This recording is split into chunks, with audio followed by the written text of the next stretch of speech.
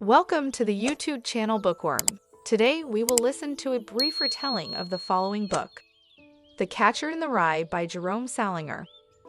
17-year-old Holden Caulfield, who is in a sanatorium, recalls that crazy story that happened last Christmas, after which he almost gave up, was ill for a long time, and now he is undergoing treatment and soon hopes to return home.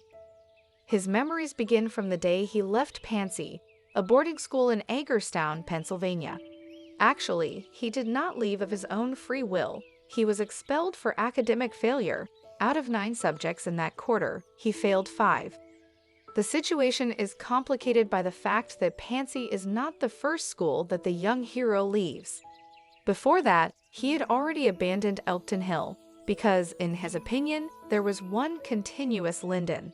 However, the feeling that there is a linden around him, falsehood, pretense, and window dressing, does not let Caulfield go throughout the whole novel. Both the adults and the peers with whom he meets irritate him, but he is also unbearable to remain alone. The last day of school is rife with conflict. He returns to Pansy from New York, where he traveled as the captain of the fencing team to a match that was his fault.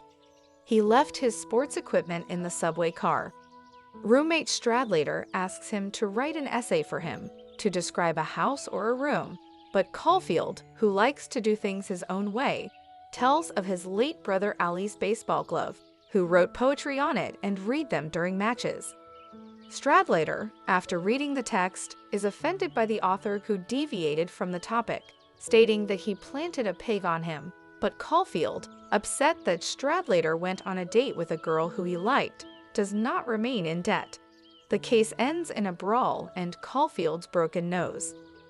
Once in New York, he realizes that he cannot come home and inform his parents that he has been expelled.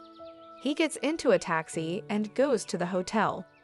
On the way, he asks his favorite question that haunts him: where do the ducks go in Central Park when the pond freezes over? The taxi driver, of course, is surprised by the question and wonders if the passenger is laughing at him.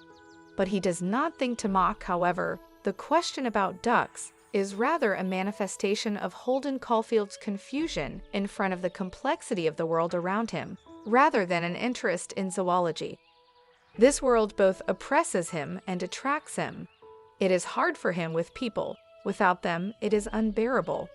He tries to have fun in a nightclub at the hotel, but nothing good comes of it, and the waiter refuses to serve him alcohol as a minor. He goes to a nightclub in Greenwich Village, where his older brother DB, a talented writer who is tempted by the big fees of a screenwriter in Hollywood, like to visit.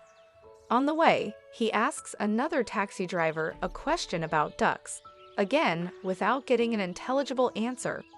In a bar, he meets an acquaintance DB with some sailor. This girl arouses such dislike in him that he quickly leaves the bar and goes on foot to the hotel. The hotel elevator operator asks if he wants a girl, $5 for the time, $15 for the night.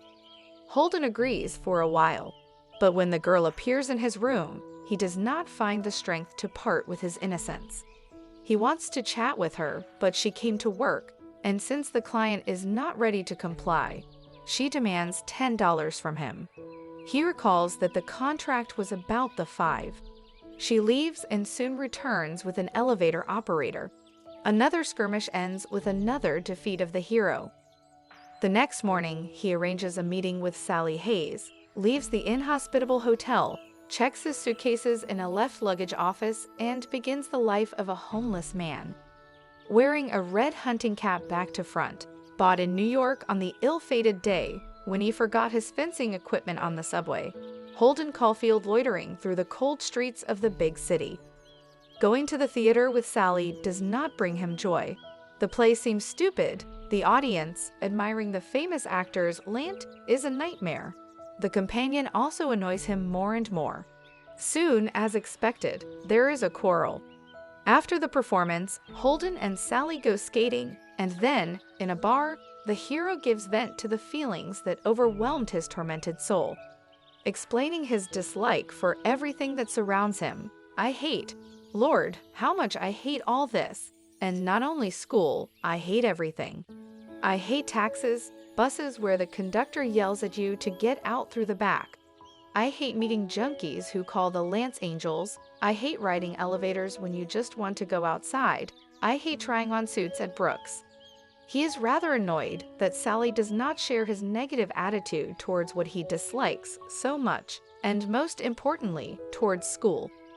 When he offers her to take a car and leave for 2 weeks to ride in new places, and she refuses, judiciously reminding that we are, in fact, still children, the irreparable happens.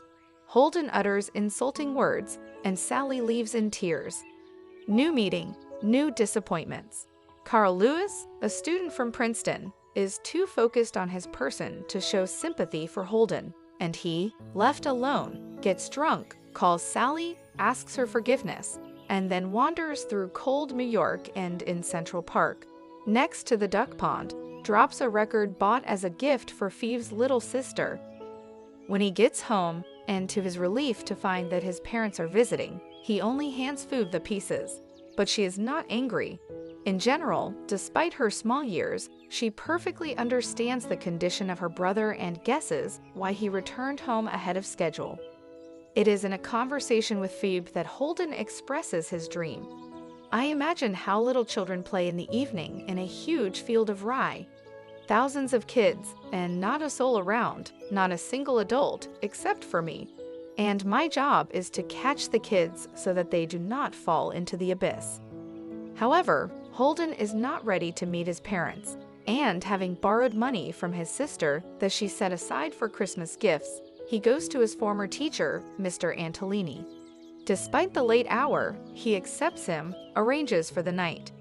Like a true mentor, he tries to give him a number of useful tips on how to build relationships with the outside world, but Holden is too tired to accept reasonable sayings. Then suddenly he wakes up in the middle of the night and finds a teacher by his bed who strokes his forehead. Suspecting Mr. Antolini of bad intentions, Holden leaves his house and spends the night at the central station. However, he soon realizes that he misinterpreted the behavior of the teacher, made a fool of himself, and this further strengthens his longing. Thinking about how to live on, Holden decides to move somewhere to the west and there, in accordance with the long-standing American tradition, try to start all over again. He sends Phoebe a note informing him of his intention to leave, and asks her to come to the appointed place, as he wants to return the money borrowed from her. But the sister appears with a suitcase and declares that she is going to the west with her brother. Willingly or unwittingly, little Phoebe places him in front of Holden. She declares that she will no longer go to school, and in general, she is tired of this life. Holden, on the contrary, has to involuntarily take the point of view of common sense, forgetting for a while about his all-negation. He shows prudence and responsibility, and convinces his little sister to abandon his intention, assuring her that he will not go anywhere. He takes Phoebe to the zoo, and she rides on the merry-go-round.